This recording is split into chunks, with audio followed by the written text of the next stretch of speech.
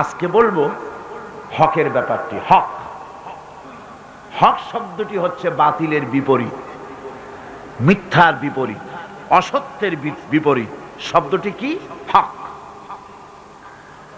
এর অর্থ হচ্ছে সঠিক, নির্ভুল, সত্য, ন্যায়, ইনসাফ ইত্যাদি এই কথার মধ্যে এসে যায়। এর মধ্যে আল্লাহর হক এবং বান্দার হক এসে যায়। হকের দাওয়াত অর্থ হচ্ছে ঈমানদারদের সমাজ এরকম হবে না যে বাতিল মাথা উঁচু করে দাঁড়াবে আর হকপন্থীরা মাথা নিচু করে তারপরে চলবে, নাহকের বিরুদ্ধে কথা বলবে না, চুপ করে থাকবে। এটা ঈমানদার যে সমাজে বাস করে সেই সমাজের চিত্র এরকম হতে পারে। চিত্র হবে যে সমাজে হক বাস করবে, ঈমানদারেরা বাস করবে, সেই সমাজের ভেতরে বাতিলের বিরুদ্ধে ঈমানদারেরা সোচ্চার হবে, তাদের কণ্ঠের আওয়াজ বুলন্দ হবে। কোন অসত্যকে, কোন মিথ্যাকে, কোন নাহককে সে বরদাস্ত করবে না। এটাই হলো ঈমানের দাবি। এটা কিসের দাবি? দেখুন, হক থেকে যদি চুপ থাকা হয় তাহলে মারাত্মক অবস্থা হবে। হযরত দাউদ আলাইহিস সালামের জামানায় শনিবারের দিন মাছ খাওয়া নিষিদ্ধ ছিল। আছে না কোরআন শরীফে? মাছ খাওয়া নিষিদ্ধ ছিল। আল্লাহ পাকের এই নিষেধকে অমান্য করে মাছ খাইল যারা, ইহুদিদের মধ্য থেকে আল্লাহ পাক ৭০,০০০ বনি ইসরাইলকে, ইহুদিদেরকে কি বানাইছিলেন? কি বানাইছিলেন? বানর বানাই দিলেন। এখন ইহুদিগুলো যে বান্দর হয়ে গেল, এটা কোরআন শরীফে আছে কিনা? আছে কিনা? দারুন সাহেব মনে করলেন যে তো একটা মহা মুসিবতের কথা। ইহুদিরা এরা যে বান্দরের জাত, এদের মধ্য থেকে এতগুলো লোক বান্দর হইছে, আমাদের এই কলঙ্ক আমরা মেটাই কি করে? সুতরাং শিয়াল ভাবলো আমার একার লেজ যখন কেটেছে, সকলের লেজ আমি কেটে ছাড়বো। তখন ইহুদিদের সন্তান ডারউইন সে বলল, পৃথিবীর মানুষগুলি আসলে মানুষ না। তাছাড়া মানুষ না তো কি এগুলা? এগুলা ছিল সিম্পাজি, ওরাং ওটাং, বান্দর ছিল। দেখো না, বান্দরের সাথে মানুষের কিছু মিল টিল আছে। মানুষগুলিকে তারা বান্দর বলল, ডারউইন সাহেব। এখন আমি বুঝি না যে কোন জিনিসের সাথে কোন জিনিসের সিমিলারিটি থাকলে এটা ওটার পূর্বপুরুষটা কি করে বলা যায়? পাবদা মাছ দেখতে তো বোয়াল মাছের মতো, নাকি বলেন? পাবদা চেনেন না বোঝায় শ্রীরঙের মানুষেরা? পাবদা দেখতে বোয়ালের মতো। কিন্তু কেউ কি কোনোদিন বলেছে যে এই পাবদারাই পুটি টুটি খাইয়া একদিন বোয়ালে পরিণত হয়ে গেছে? এটা কখনই বলা হয় না। সুতরাং বানরের সাথে মানুষের মিল ডারউইন সাহেব কোথায় খুঁজে পেলেন আমি জানি না। তিনি বললেন কি, এই মানুষগুলি আসলে ছিল বাঁদর, তাদের পাছায় ছিল লেজ।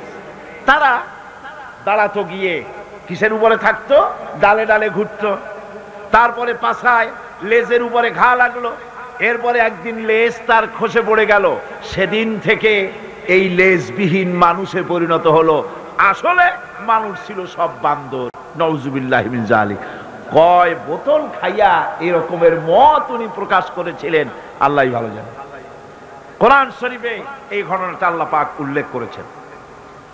আল্লাহ রাব্বুল আলামিন বলেন, وَلَقَدْ عَلِمْتُمُ الَّذِينَ اعْتَدَوْا مِنْكُمْ فِي السَّبْتِ فَقُلْنَا لَهُمْ كُونُوا قِرَدَةً خَاسِئِينَ। ইহুদিদেরকে লক্ষ্য করে আল্লাহ পাক বলছেন, নিজেদের জাতির সেই সব লোকদের ঘটনা নিশ্চয়ই তোমাদের মনে আছে যারা নাকি শনিবার দিনের বিধানকে অমান্য করেছিল, মাছ খেয়েছিল। এই মৎস্য নিষিদ্ধ মৎস্য ভক্ষণ করার কারণে কতগুলো বান্দর হইল? ৭০,০০০। এই ৭০,০০০ লোকই কিন্তু মাছ খায় নাই। ৩টা ভাগ হয়ে গিয়েছিল। কয়টা ভাগ হয়েছে? 3টি ভাগ হয়েছে বনি ইসরাইলের মধ্যে। এক ভাগে মৎস্য খেলো, খুব বুদ্ধি করে খেলো তারা, মানুষ তো বুদ্ধি দারুণ।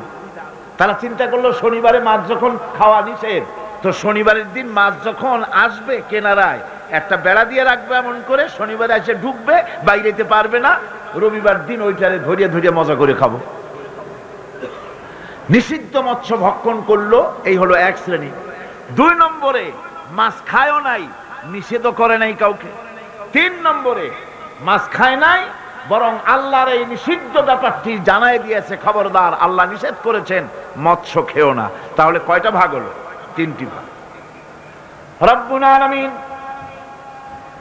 ইহুদিদের মধ্য থেকে যারা নিষিদ্ধ মৎস্য, নিষিদ্ধ দিনে মৎস্য যারা ভক্ষণ করলো তাদেরকে, আর যারা মাছ খায় নাই, নিষেধ করে নাই, এই 2 শ্রেণীকে একত্রিত করে সবগুলারে গোষ্ঠী শুদ্ধা রাতারাতি বানর বানাইয়া দিলেন। তার অর্থ কি? এর দ্বারা বোঝা গেল হক কথা বলতে হবে। অন্যায় চুপ করে যদি সহ্য করেন, অন্যায় যে করে আর অন্যায় যে সহে, দুজনই কি? দুজনই সমান পাপী। আপনাকে নিষেধ করতে হবে, অন্যায়ের বিরুদ্ধে আপনাকে কথা বলতে হবে।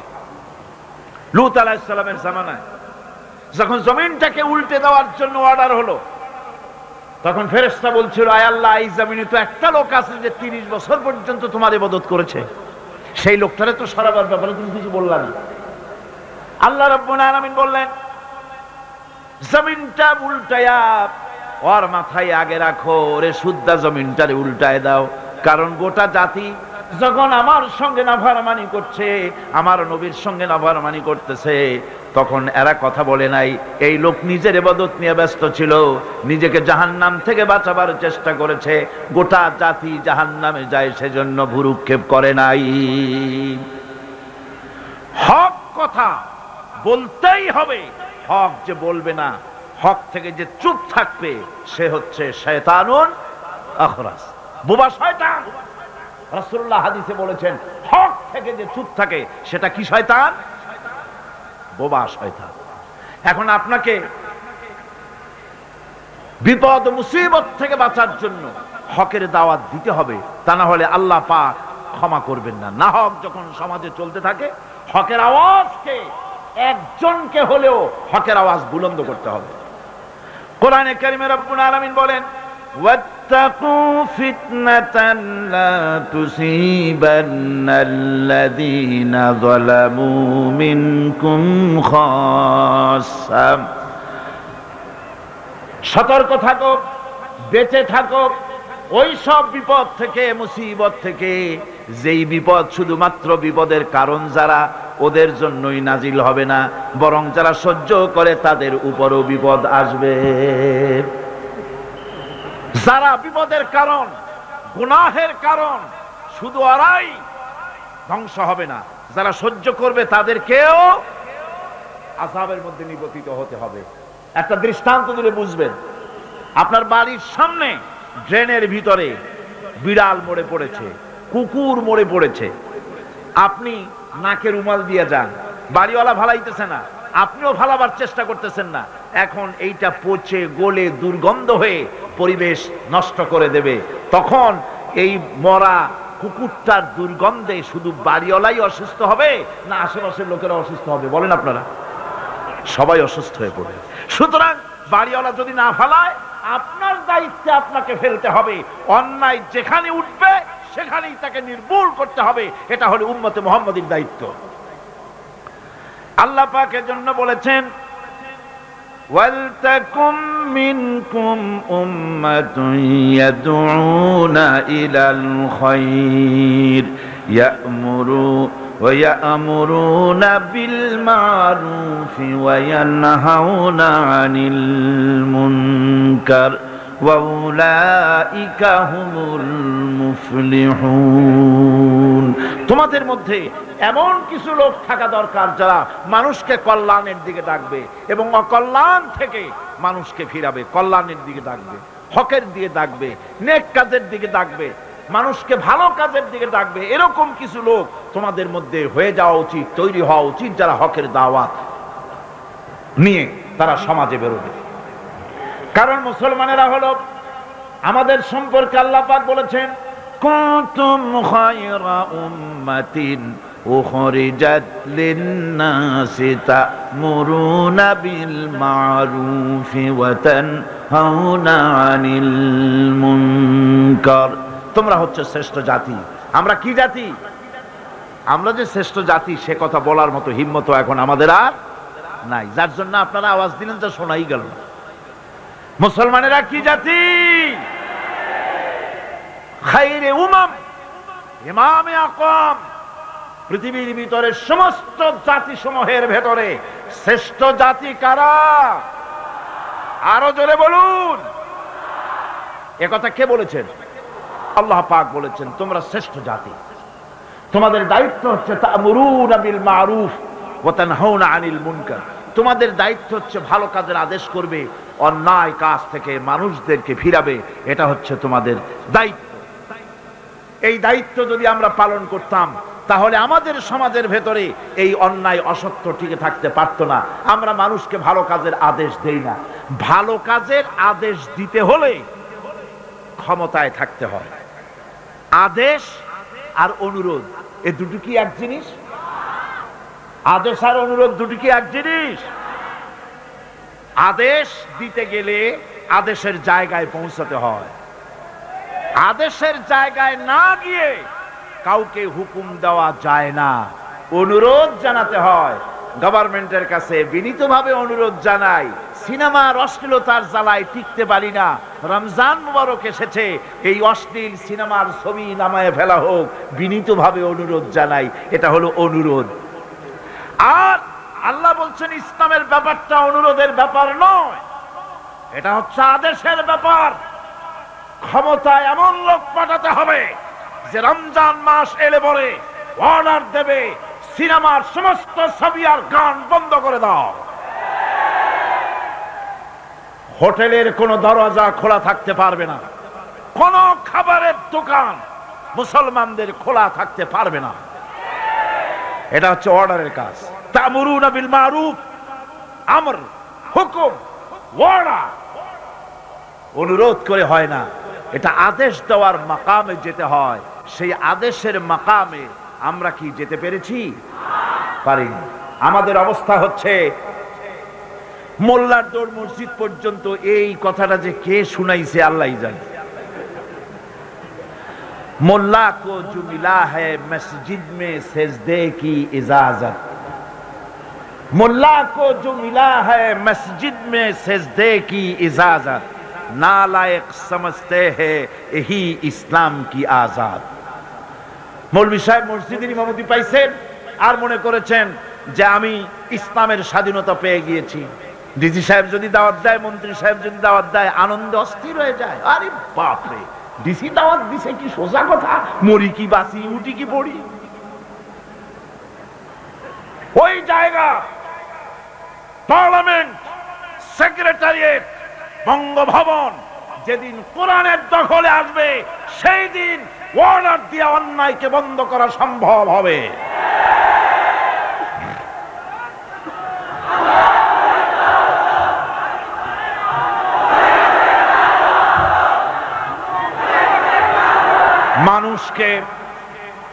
মানুষকে হকের দাওয়াত দিতে হবে। আল্লাহ রাব্বুল আলামিন বলেন ওয়ামান আহসানু কাওলাম মিম্মান দাআ ইলাল্লাহি ওয়া আমিলা সালিহান ওয়া ক্বালা ইন্নানী মিনাল মুসলিমিন। ওয়ামান আহসানু কাওলাম মিম্মান দাআ ইলাল্লাহ, ওর থেকে ভালো কথা আর কার হতে পারে যে ব্যক্তি মানুষকে আল্লাহর দিকে ডাকে। সুবহানাল্লাহ গণ, সুবহানাল্লাহ বলেন। আল্লাহর দিকে যে ডাকে সেই ওয়ামান দা ইলাইহি, হাদিস শরীফের ভিতরে আছে মান ক্বালা বিহি সাদাকা। কোরআন থেকে যে কথা বলে সে কি কথা বলে? সত্য কথা বলে। কোরআন থেকে যে কথা বলে সত্য কথা বলে। মান ক্বালা বিহি সাদাকা ওয়া মান আমিলা বিহি উজরা। আরে কোরআন থেকে যারা আমল করে আল্লাহ তাদেরকে পুরস্কৃত করেন। ওয়ামান হাকামা বিহি আদালা, কোরআন থেকে যে বিচার করে সেই জাস্টিস ইনসাফ কায়েম করে। ওয়ামান দা ইলাইহি হুদিয়া ইলা সিরাতিল মুস্তাকিম, আর যারা কোরআনের দিকে দাওয়াত দেয় তাদের দাওয়াতই সহজ সরল দাওয়াত। আওলাদের রাসূল আপনাদের সামনে কোরআনের দাওয়াত দিলেন, কোরআনের পক্ষে কাজ করুন, সবাই হাত উঁচু করে আপনারা সমর্থন দিয়েছেন। আমরাও অপেক্ষা করব এই সমর্থন আপনারা কতদিন বজায় রাখতে পারে। আল্লাহ যেন তৌফিক দেন। জোরে বলেন আমিন, আরো জোরে বলেন আমিন। ওয়ামান আহসানু কাওলাম মিম্মান দা ইলাল্লাহ, ওর চাইতে ভালো কথা আর কার, যে মানুষকে আল্লাহর দিকে ডাকে। আমরা কার দিকে ডাকি? বিশ্বাস করুন, আমরা তো সমাজতন্ত্রের দিকে মানুষ ডাকি না। বলেন, আমরা কি সমাজতন্ত্রের দিকে মানুষ ডাকি? পুঁজিবাদের দিকে ডাকি, জাতীয়তাবাদের দিকে ডাকি, ধর্ম নিরপেক্ষ মতবাদের দিকে ডাকি। আমরা কার দিকে ডাকি? ধর্ম নিরপেক্ষ মতবাদ আল্লাহর তৈরি না মানুষের তৈরি? পুঁজিবাদ আল্লাহর না মানুষের? সমাজতন্ত্র আল্লাহর না মানুষের? জাতীয়তাবাদ আল্লাহর না মানুষের? আরে কোরআন কার, ইসলাম কার? সেই আল্লাহ রাব্বুল আলামিনের দিকে আমরা ডাকি। আমরা আমার বাপের দিকে ডাকি না, মায়ের দিকে ডাকি না, দাদার দিকে ডাকি না, মন গড়া কথা বলি না। ওলামায়ে হক কথা বলে কোরআনের কথা। সুবহানাল্লাহ। ওয়ামান আহসানু কাওলাম মিম্মান দা ইলাল্লাহ, ওয়ামান আহসানু কাওলাম মিম্মান দা ইলাল্লাহ, ওর থেকে ভালো কথা আর কার হবে যে ব্যক্তি মানুষকে ডাকে আল্লাহর দিকে। সুবহানাল্লাহ, প্রাণ ভরে কান সুবহানাল্লাহ। আমরা কোন নেতার দিকে মানুষকে ডাকি না, আল্লাহর কসম। আমরা কোন মানুষের পূজা করি না, কোন ব্যক্তির পূজা করি না, কোন নেতার পূজা করি না, কোন নেতার দিকে মানুষকে আকর্ষিত করি না। আমরা মানুষকে ডাকি আল্লাহর দিকে, আর ডাকি বিশ্ব নবী সাইয়্যিদুল মুরসালিন আশরাফুল আম্বিয়া রাহমাতুল লিল আলামিন জনাবে মুহাম্মদুর রাসূলুল্লাহ সাল্লাল্লাহু আলাইহি সাল্লামের দিকে মানুষদেরকে ডাকি। ওয়ামান আহসানু কাওলাম মিম্মান দাআ ইলাল্লাহ, ওর থেকে ভালো কথা আর কার হবে যে মানুষকে আল্লাহর দিকে ডাকে। ওয়া আমিলা সালিহান, আর এরপরে সে নেক কাজ করে, সৎ কাজ করে। ওয়া ক্বালা ইন্নানি মিনাল মুসলিমিন, আর আমি হচ্ছি মুসলমানদের একজন। আমি মুসলমান তা বলছে না, কিন্তু কি বলছে? আমি মুসলমানদের একজন। এই আয়াত নাজিল হলো কখন? যখন মক্কায় মুসলমানদের উপরে অত্যাচারের স্টিম রোলার চালানো হচ্ছিল। মুসলমানদেরকে চিৎ করে শোয়াইয়া আগুনের উপরে চিৎ করে শোইয়েছে। আগুনের আংটা আগুনের উপরে চিৎ করে শুইয়ে দিয়ে বুকের উপরে পাথর চাপা দিয়ে রাখা হয়েছে। হযরতে খুবাইব রাদিয়াল্লাহু তাআলা আনহুকে খালি গায়ে দেখে একদিন হযরত ওমর বলেছিলেন, খুবাইব, তোমার পিঠের এমন অবস্থা কেন? কোমরটা এরকম চিকুন, পিঠের ভিতরে এত বড় বড় গর্ত কেন? তিনি বললেন, ওমর ভাই, তোমার কি মনে নাই ইসলাম কবুল করার অপরাধে কাফির বেঈমানেরা আমাকে মারধর করেছে, না খাওয়ায় রেখেছে। তারপরেও যখন ইসলাম আমাকে দিয়ে ছাড়াতে পারলো না, তখন আগুন জ্বালালো, আংটা আগুন বিছায় দিয়া আমাকে চিৎ করে শুইয়া দিয়া আমার বুকের উপরে পাথর চাপা দিয়া রাখলো। আগুন পুড়ে পুড়ে গোশতের মধ্যে ঢুকলো, গায়ের রক্ত আর চর্বি গলে গলে আগুনগুলো নিভে গেল। সেই যে পিঠের ভিতরে গর্ত হয়েছে, আজও পর্যন্ত পিঠের গর্ত মুছে যায় নাই।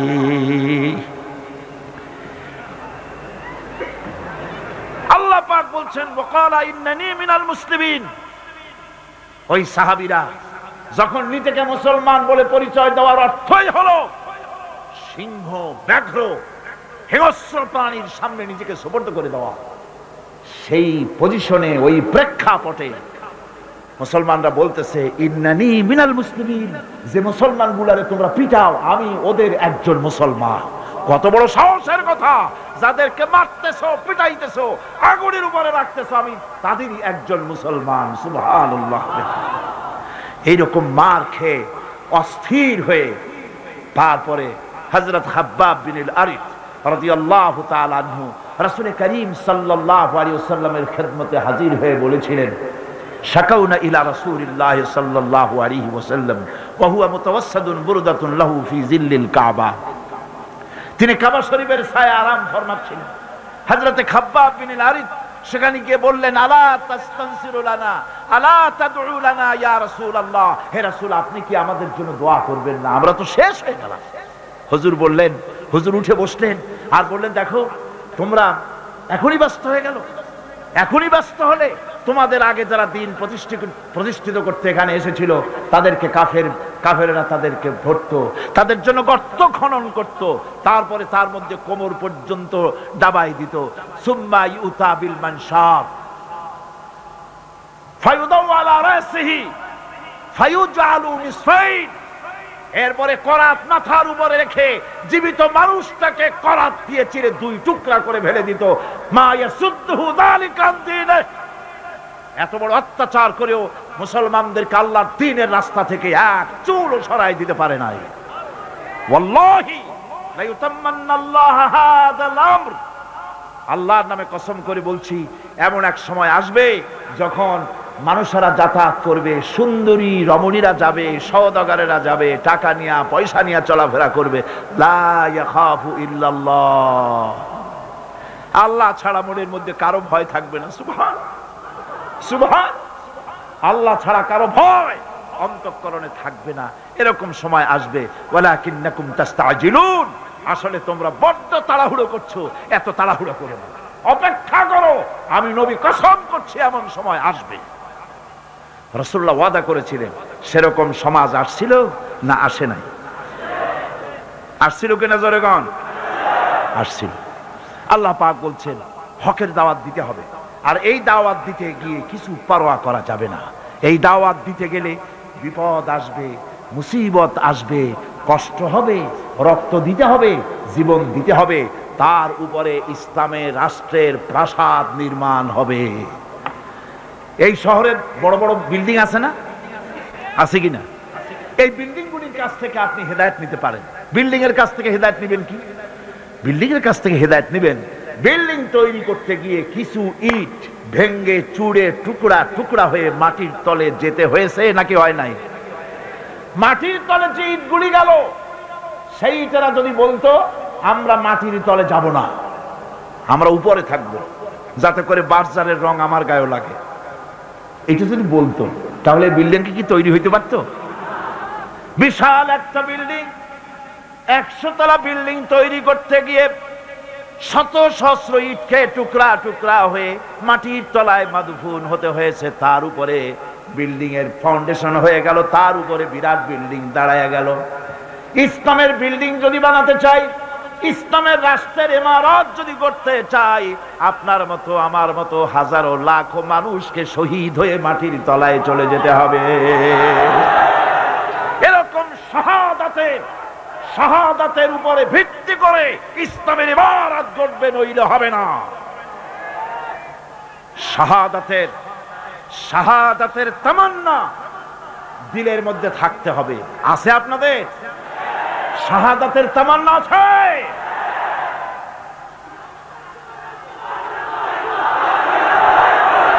বুখারী শরীফে এসেছে,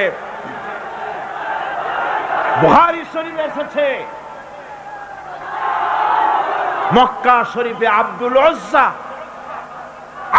উজ্জা 20 বছরের যুবক,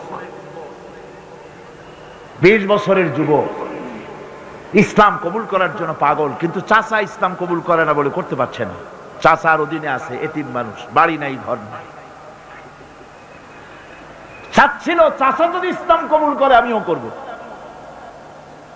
যখন নাকি রাসূলুল্লাহ হিজরত করলেন, আব্দুল উজ্জা বলতেছে, ও চাচা, মুহাম্মদুর রাসূলুল্লাহ সাল্লাল্লাহু আলাইহি ওয়াসাল্লাম আখিরি জামানার পয়গম্বর, এটা আপনি মানেন কিনা? চাচা বলছে, আমার তো তাই মনে হয়। তাহলে ইসলাম কবুল করবেন নাকি? তিনি বললেন, না, ইসলাম আমি কবুল করব না। আব্দুল উজ্জা বলছে, আমি দীর্ঘদিন অপেক্ষা করতেছিলাম আপনি ইসলাম কবুল করবেন বলে। আপনি যখন করবেন না, আপনি সাক্ষী থাকেন, আমি আমার কথা ঘোষণা করে দিলাম, আমি মুসলমান হয়ে গেলাম। লা ইলাহা ইল্লাল্লাহু মুহাম্মাদুর রাসূলুল্লাহ।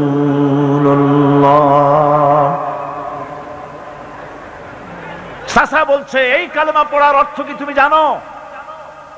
বলে না, জানি না। এর অর্থ হচ্ছে তোমাকে আমি যা দিয়েছি, বাড়ি ঘর টাকা পয়সা উট ঘোড়া সব আমাকে ফিরায় দাও। তিনি বললেন সব তুমি নিয়ে নাও।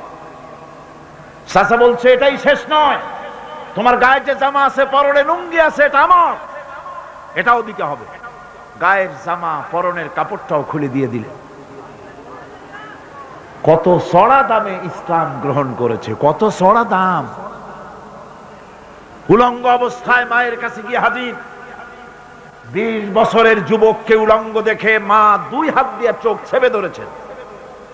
বাবা তোমার এই অবস্থা কেন? তিনি ঘটনা শোনালেন। মা বললেন আমার কাছে কি চাও?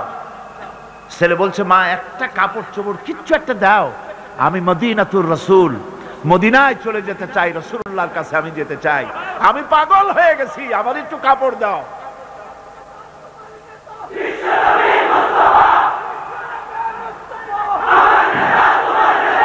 একটুখানি একটা ছেঁড়া কম্বল দেওয়া হলো। এই কম্বলটা দিয়ে তিনি পরলেন ঠিকই, কিন্তু হাঁটু ঢাকলো না। এই অবস্থায় বহু কষ্ট করে মদিনা মুনাওয়ারায় পৌঁছে গেলেন। রাসূলুল্লাহর সঙ্গে দেখা হলো। হুজুর দেখলেন উদ্ভ্রান্ত যুবক, মাথার চুলগুলো এলোমেলো, চেহারায় ক্ষুধার্তের ছাপ। জিজ্ঞেস করলেন তুমি কে? তিনি বললেন আমি আব্দুল উজ্জা, আমি মুসলমান হয়েছি, তোমার এই অবস্থা কেন? তিনি ঘটনা শুনালেন যে আমার লুঙ্গিটাও আনতে পারি নাই মায়ের কাছ থেকে, মাও আমার গরিব, তার কাছ থেকে কোন ক্রমে এই ছেঁড়া কাপড়টা নিয়ে এসেছে। হুজুর বললেন তোমার নাম আব্দুল উজ্জা নয়, তোমার নাম আব্দুল্লাহ, আব্দুল্লাহ জুলবাজাদাইন। তিনি কাপড়ের ব্যবস্থা করলেন, আসহাবে সুফফার কাছে তার দায়িত্ব দিয়ে দিলেন, আর বললেন একে কোরআন শরীফ শিখাও। আসহাবে সুফফার ভিতরে থেকে তিনি কোরআন শিখতে লাগলেন। কোরআন শরীফ চিল্লায় চিল্লায় তিনি পড়তেন। সাহাবায়ে কিরাম অভিযোগ করলেন, হে আল্লাহর রাসূল, আব্দুল্লাহ চিৎকারে আমাদের ঘুম নষ্ট হয়ে যায়, নামাজেও ডিস্টার্ব হয়, সে যখন এত চিৎকার দিয়ে তেলাওয়াত করে। নবীজি বললেন সাহাবীরা, আব্দুল উজ্জার কোনো ব্যাপারে বিরক্ত হয়েও না, তাকে বেশি করে চিল্লাইতে দাও, জোর করে তেলাওয়াত করতে দাও, কারণ তার ঈমান আনার পেছনে বড় দাম দিতে হয়েছে, বড় কষ্ট করে ঈমান এনেছে, পরনের লুঙ্গিটা পর্যন্ত আনতে পারে নাই, তাকে প্রাণ ভরে তেলাওয়াত করতে দাও। ইত্তাবসারে তাবুকের যুদ্ধের দামামা বেজে উঠল। আল্লাহর নবী চান্দা চাইলেন, যার কাছে যা আছে হাজির করো।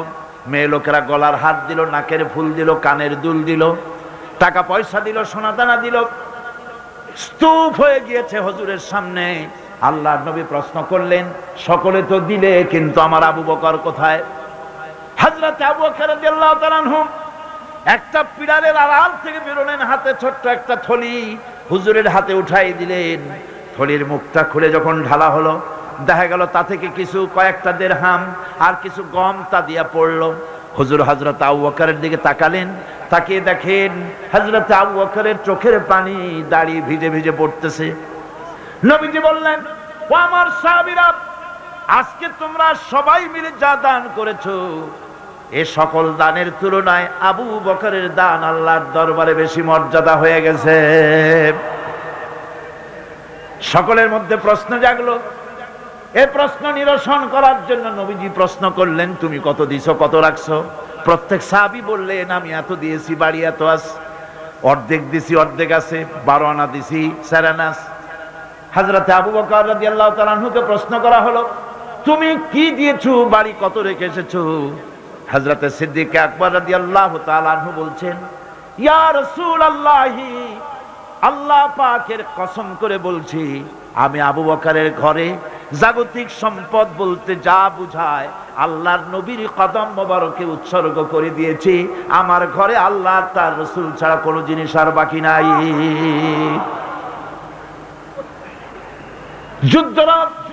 যুদ্ধের জন্য রওনা হয়ে গেলেন 30,000 সৈন্য নিয়ে। আল্লাহর নবী তাবুকের যুদ্ধের দিকে রওনা হলেন। রোমকদের সঙ্গে যুদ্ধ হবে, হযরতে আব্দুল্লাহ পিছন থেকে হুজুরের কাছে এসে দাঁড়ালেন, বললেন, ইয়া রাসূলুল্লাহ, এই জিহাদের জন্য সকলে চাঁদা দিল, টাকা দিল, সোনা দিল, পয়সা দিল, আমি কিছুই তো দিতে পারলাম না। আমি আপনার কাছে দোয়া চাই, আপনি দোয়া করেন এই তাবুকের প্রান্তরে গিয়ে আমি যেন আমার জীবনটা দিয়া যেন আমি এই চাঁদা দিতে পারি, এই জিহাদের জন্য যেন আমার শাহাদাত আল্লাহ রাব্বুল আলামিন মঞ্জুর করে নেন। নবীজি দাঁড়ালেন, একজনকে অর্ডার দিলেন, গাছের একটা বাকল নিয়ে আসো। গাছের একটা বাকল আনা হলো। নবীজি নিজ হাতে আব্দুল্লাহর হাতে বাকলটা বেঁধে দিয়া বললেন, আল্লাহ, আব্দুল্লাহর রক্ত আমি কাফেরদের জন্য হারাম করে দিলাম। হযরত আব্দুল্লাহ চিৎকার করে কেঁদে উঠলেন, ইয়া রাসূলুল্লাহ, আমি চাইলাম শাহাদাতের জীবন, আর আপনি আমার রক্ত কাফেরের জন্য হারাম করতে চাইলেন আল্লাহর কাছে, আমার মনের আশা তো পূরণ হলো না। নবীজি বললেন, আব্দুল্লাহ, এখন যদি তোমার মউত হয়, জ্বরেও যদি তুমি ঘরে বসে মরো, আল্লাহ রাব্বুল আলামিন তোমার শাহাদাতের দরজা নসিব করে দিবেন। তাবুকের প্রান্তরে গিয়ে বেশ কয়েকদিন পর রাসূল করিম সাল্লাল্লাহু আলাইহি ওয়াসাল্লামের কাছে খবর এলো, হে রাসূল, আব্দুল্লাহ কয়েকদিন জ্বরে ভুগে ইন্তেকাল করেছে। হুজুর বললেন, আব্দুল্লাহর গোসল দিয়ে কাফনের কাপড় পরায় নিয়ে আস। আনা হলো, জানাজা পড়া হলো রাতের বেলায়, আলো নাই, অন্ধকার রাত, কবর খনন করা হলো। কবরের কাছে একজন একটা টিম টিম করে আলো জ্বালায় ধরেছে, দুইজনে লাশ উঁচু করে নিয়ে আসছে, আর কবরের ভিতরে একজন দাঁড়ানো লাশ ধরার জন্য। যিনি কবরের ভিতরে দাঁড়ানো, তিনি বলতেছেন, লাশ দুইজনে তোমরা আনতেছো, খবরদার তোমার ভাইয়ের সাথে যেন বেয়াদবি না হয়। কবরের কাছে এসে যখন লাশ দিয়ে দেওয়া হলো, কবরের ভিতরে দাঁড়ায়া লাশ যিনি ধরলেন তিনি আর কেউ নন, তিনি বিশ্বনবী মুহাম্মদুর রাসূলুল্লাহ সাল্লাল্লাহু আলাইহি ওয়াসাল্লাম। আল্লাহ যে বহন করে এসেছেন তার একজন হযরত আবু বকর, একজন হযরত ওমর রাদিয়াল্লাহু তাআলা আনহুমা লাশ বহন করে এসেছেন। কবরের পাশে হযরত বেলাল আলো উঁচু করে ধরেছেন। রাসূলুল্লাহ নিজ হাতে কবরের মধ্যে আব্দুল্লাহকে শোয়ায় দিলেন। কবর থেকে উঠে এসে কবরের উপরে মাটি দিয়ে নবীজি আল্লাহ রাব্বুল আলামিনের দরবারে কবরের দুদিকে হাত বিস্তার করে নবীজি বললেন, আল্লাহ, আজকের এই সন্ধ্যা পর্যন্ত আমি আব্দুল্লাহর প্রতি রাজি ছিলাম, তুমিও আব্দুল্লাহর প্রতি খুশি হয়ে যাও। আমি রাজি ছিলাম এর উপরে, তুমিও খুশি হয়ে যাও। হযরত ইবনে মাসউদ রাদিয়াল্লাহু তাআলা আনহুমা চিৎকার মেরে কেঁদে বলছিলেন, আয় আল্লাহ, কতই না ভালো হতো আব্দুল্লাহর লাশটা না হইয়া আজকে যদি আমার লাশটা হতো, তাহলে আমার ভাগ্যটা কতটা খুলে যেত। দ্বীনের জন্য, ইসলামকে টিকে রাখার জন্য হকের ময়দানে আসতে হবে, হকের কথা বলতে হবে, ইসলামের পতাকা উঁচু করে ধরতে হবে, ভয় করা যাবে না। ভয় করা যাবে? একটু জোরে সোরে জিকির করেন, সুবহানাল্লাহ, আলহামদুলিল্লাহ, লা ইলাহা, আরো জোরে, সুবহানাল্লাহ,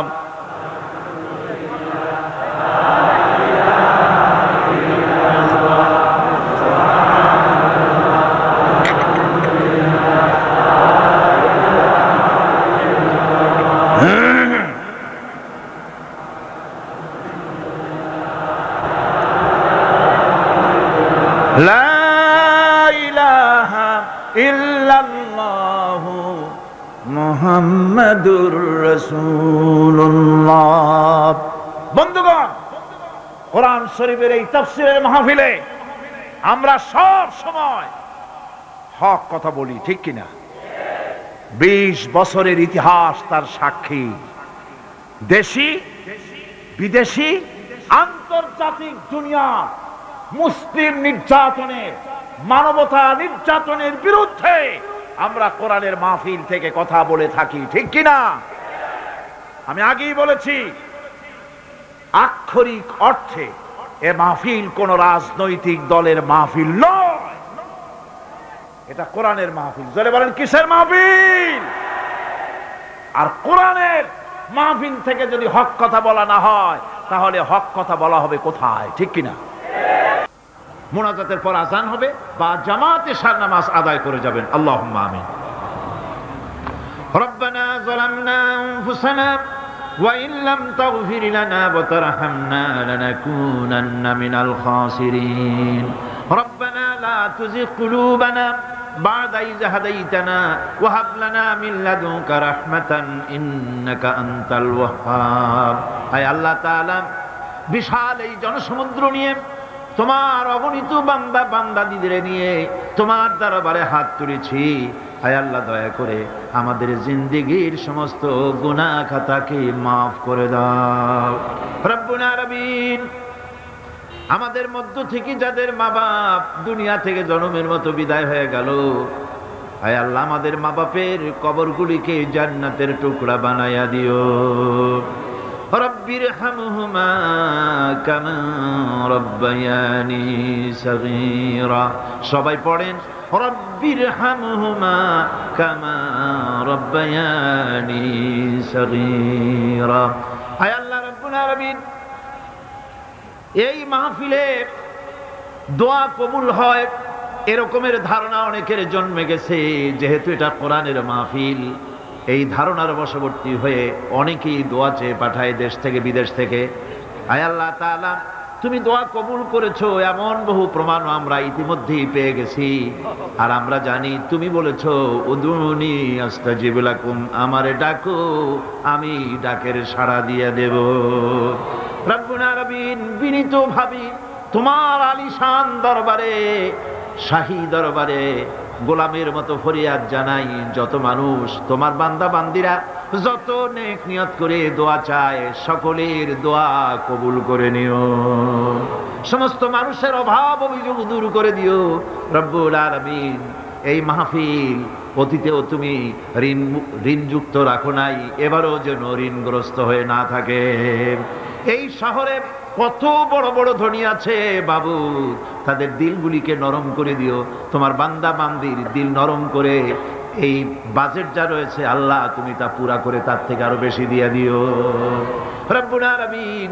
আয় আল্লাহ তাআলা, কোরআনের মাহফিলে বসলাম, যেই হাদিস দিয়ে মাহফিলটা শুরু করেছিলাম, তোমার হাবিব বলেছেন কোরআনের মাহফিলে, জিকিরের মাহফিলে, তোমার আলোচনার মাহফিলে, তোমার হাবিবের আলোচনার মাহফিলে কোন মানুষ এসে হতভাগ্য হয় না বলে তোমার হাবিব বলেছেন। তোমার উদ্ধৃতি দিয়ে তিনি বলেছেন, মাবুদ এই মাহফিলে আমাদের ভাগ্য তুমি বদলাইয়া দাও, আমাদের সাইয়াদ গুলি দয়া করে তুমি হাসানাত দিয়ে বদলাইয়া দাও রব্বুল আলামিন। সমস্ত আলেম ওলামাদের হায়াত দারাজ করে দাও। ইসলামী চিন্তাবিদ, ইসলামী বুদ্ধিজীবী, ইসলাম যারা চায়, ইসলাম যারা ভালোবাসে, তাদের সকলকে আল্লাহ তুমি এক বানায় দাও। আয় আল্লাহ তাআলা, এই মাহফিলে যত লোক উপস্থিত হয়েছে কাউকে তুমি মাহরুম করে দিও না। সকলের ঝুলি তোমার রহমত দিয়ে আল্লাহ তুমি ভরে দাও। আল্লাহুম্মা জিদনা ওয়ালা তানকুসনা وأكرمنا ولا تهنا وأعطنا ولا تحرمنا وآثرنا ولا تؤثر علينا واردنا وأرض عنا يا كريم يا رب العالمين.